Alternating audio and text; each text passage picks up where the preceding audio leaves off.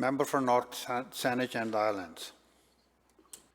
Yeah, thank you, Mr. Speaker. And what's clear by the Minister of Forests' response is that they're getting it wrong. They're getting it wrong because you can't consult about trees that are already cut. And the Minister, when asked a direct question about an Indigenous leader, Randy Cook, in North Island, starts to rattle off about other areas that are protected that are not in the territories that we're talking about.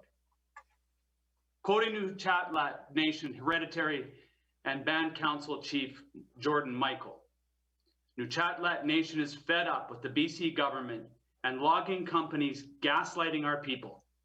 In fact, it's hard to tell the difference between logging corporations and the government sometimes. We want to end the theft of our old growth rainforests and steward our lands in a way that benefit everyone, not just wealthy shareholders.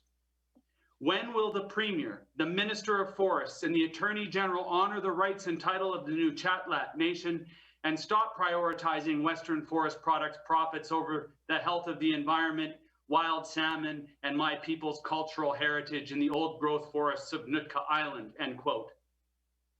Mr. Speaker, my question is to the Minister of Indigenous Relations and Reconciliation.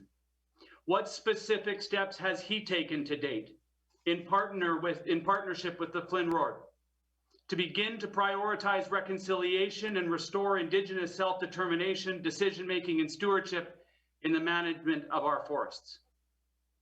Minister of Forests.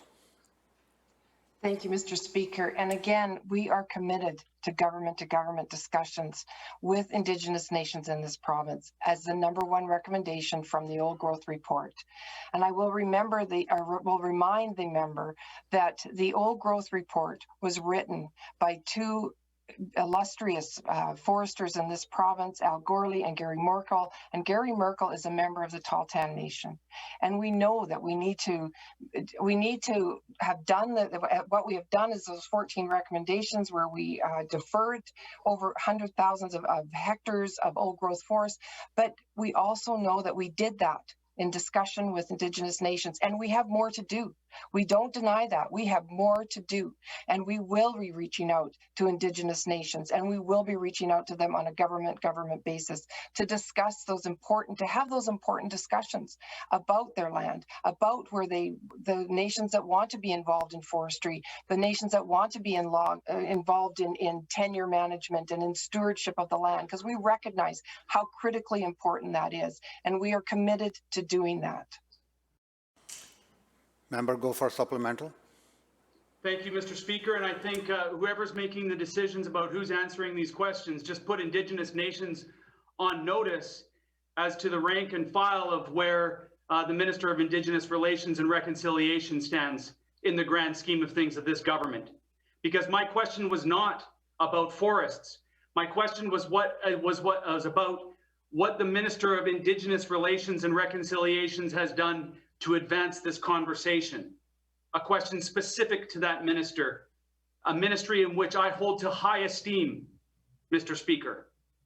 Grand Chief Stuart Phillip, President of the Union of BC Indian Chiefs, has also called for an immediate protections to create space for proper consultation. And he said to have good faith conversations, we must, quote, put away the power saws, end quote. UBCIC has written a letter to this government explaining why adequate funding is a critical component of reconciliation and a shift away from old growth logging. I quote, with a lack of critical and accessible funding combined with the government's overwhelming influence resulting in Indigenous dependency on old growth logging jobs and revenues, First Nations communities are unable to exercise their title and rights to freely pursue their economic options consistent with the protection of old growth forests and Indigenous self-determination, end quote.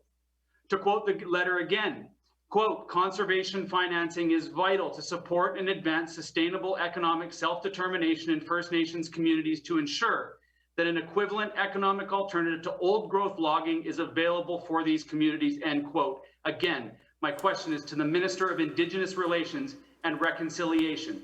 Has the Minister, along with his counterpart in Flynn Roar, brought forward a proposal for conservation financing as a central part of reconciliation and a new forestry paradigm for next month's budget?